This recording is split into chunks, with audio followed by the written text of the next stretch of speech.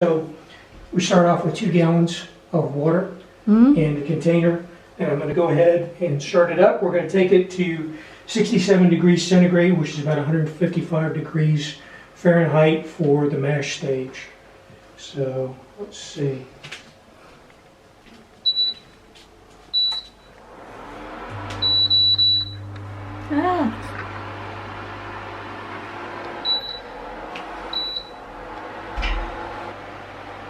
So it's going to take, if you look in here, this is a stainless steel pan with induction cooktop, temperature controlled, works on a magnetic field. So the top itself doesn't do the cooking, it heats the pot itself does the cooking. We've got 2 gallons of water in here, but we brought it up to just a little bit above 155 degrees Fahrenheit. And at this point, we're going to start the mash. So what we'll do is I'm going to shut the temperature off. I have a grain bag here mixed with barley, patent malt, and chocolate malt because we're making a stout. This could be a dark beer.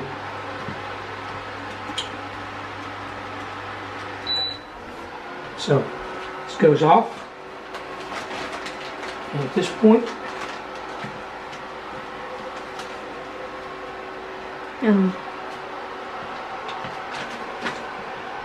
so that's going to sit there and soak for 25 minutes. Periodically, I'm going to take it, I'm going to lift it up like a tea bag, let the water drain out, do it again. We'll come back in 25 minutes and then we'll start adding the malt, the rest of the malt, and we'll start going into the boil.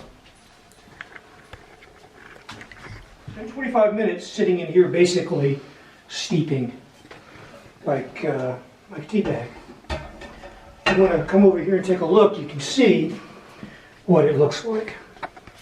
So basically the malt in the bag is set in there in the hot water for about 25 minutes, and obviously the hot water's loosened out all of the essential oils and parts of the malt into what's going to be the base for the wort. So at this point, we're going to take it out. Now we're going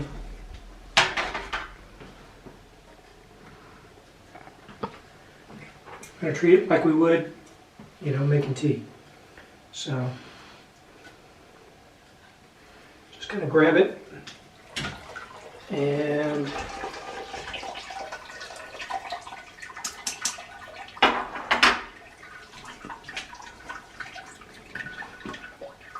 see, we're just kind of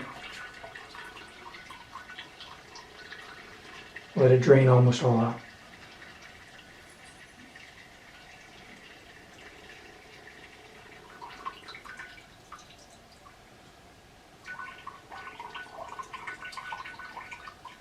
You don't want to mash on the bag or anything, just let as much of the water drain out as possible.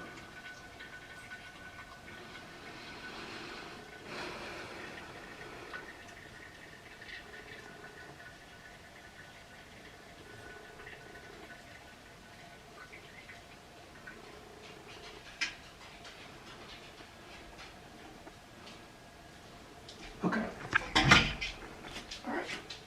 Now, at this point, we're going to add 1 more gallon of water, bring it back up to a boil, and then once we bring it to a boil, we'll strike that and start adding the malt. All right, so we've been sitting, the mash has been sitting on here again.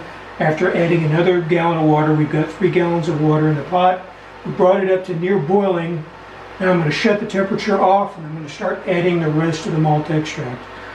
This is kind of a cumbersome process because you're basically making a big vat of sugar. And if you don't stir it, you don't get it fully dissolved, it'll scorch on the bottom and it'll ruin the whole brew. So just going to go ahead and stop this now and very slowly start adding the bags in. As you can see, and it takes quite some time. We've basically got 6 pounds of this to add.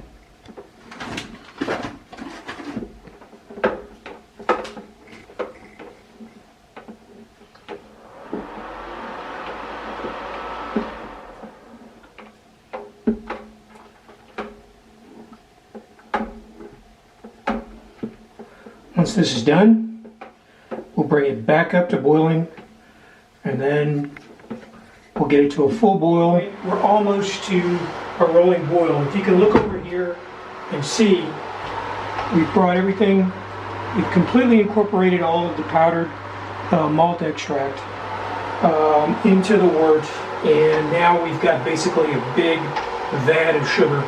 So the key things at this point to worry about are scorching, as you would, any kind of syrup, making anything like that.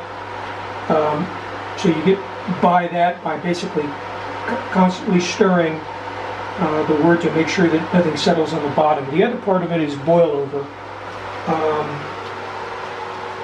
This basically occurs at a certain point where there's a breakdown in residual proteins, and you get the cap that start to rise.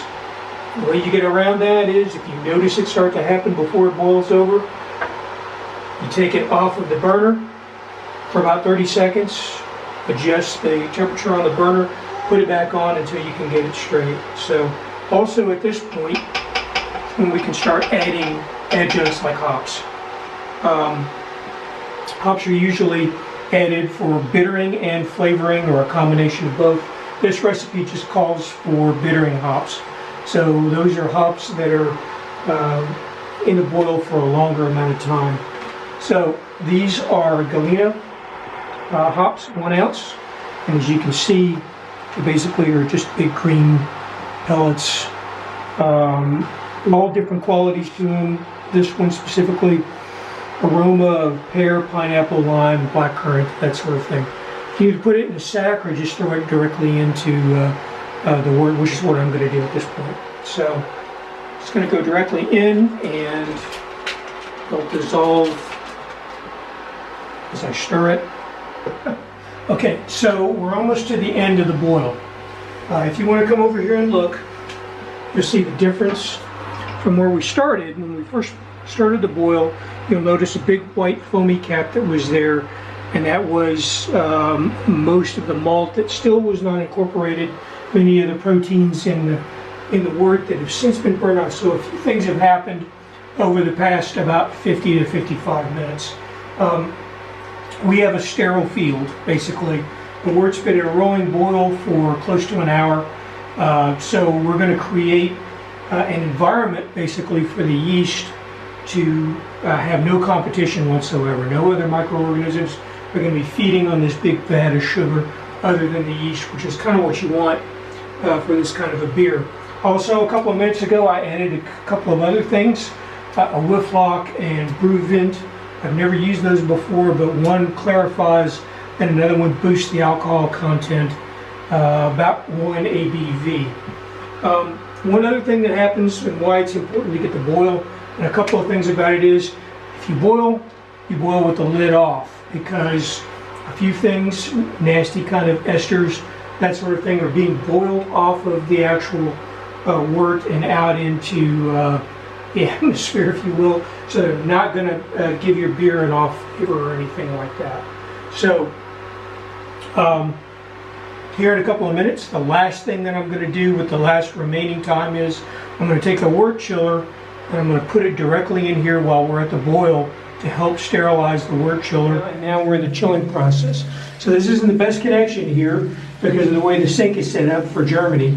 Basically, we've got cold water going into a copper coil, okay, swirling around, coming out the other side and venting into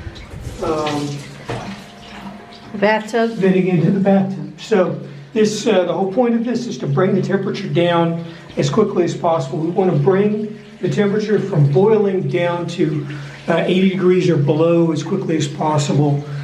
This is the proper temperature for pitching the yeast, which is the next step that we'll do, and really one of the final steps that we'll do. But again, if it's too hot, it kills the yeast. So we've got to bring it down as quickly as possible to this temperature. This is going to take maybe 15 to 20 minutes. So we basically brought the temperature down very rapidly. It took about 20 minutes to do total. At this point, this makes a 5-gallon batch. I have 3 gallons of water, or excuse me, 3 gallons of water in the pot, 2 gallons of fresh water here. I'm going to take this right now and add it into what will be the fermenting vessel.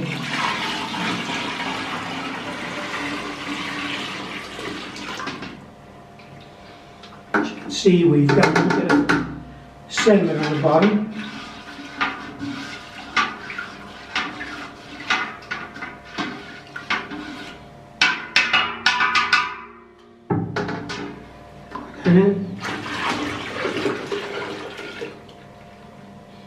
Do you want to talk about why you're not using a wood spoon? Yeah, the first time that I ever used, first batch beer that I ever did, used a wooden spoon, a plastic one. It's harder to sterilize, and I ended up getting a lactobacillus infection inside the actual beer. So spoon, plastic spoon, metal spoon, a little bit easier. All right, so what I'm doing now is stirring this very rapidly. We're aerating the wort. What we want to do is get as much air in here as possible. Make it kind of frothy. The yeast needs 2 things. It needs sugar to eat. It also needs air. So this is kind of what we're doing for this. Also, we're making sure that it's kind of incorporated. What I'm not doing here, because I don't have the vessel sterilized, is taking an original gravity reading that you would do to check for the alcohol content, but we know that this is going to be clear. It's going to be about 6% ABV. All right, once that's done, yeast. This is a dry packet of yeast. Some yeast comes dry, some comes actually as a solution that you break open, bring to room temperature, and then pitch. So we brought everything down to a pitching temperature of at least 80 degrees.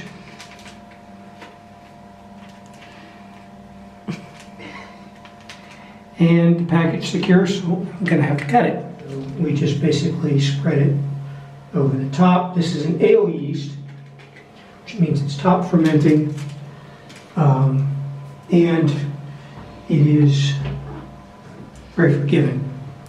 So after that point, put the lid on, make sure it's secure.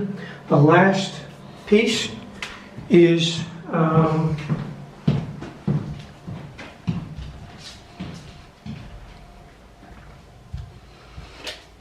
let me explain a little bit about the airlock. This is an airlock. So allows carbon dioxide to go out and nothing else to come in.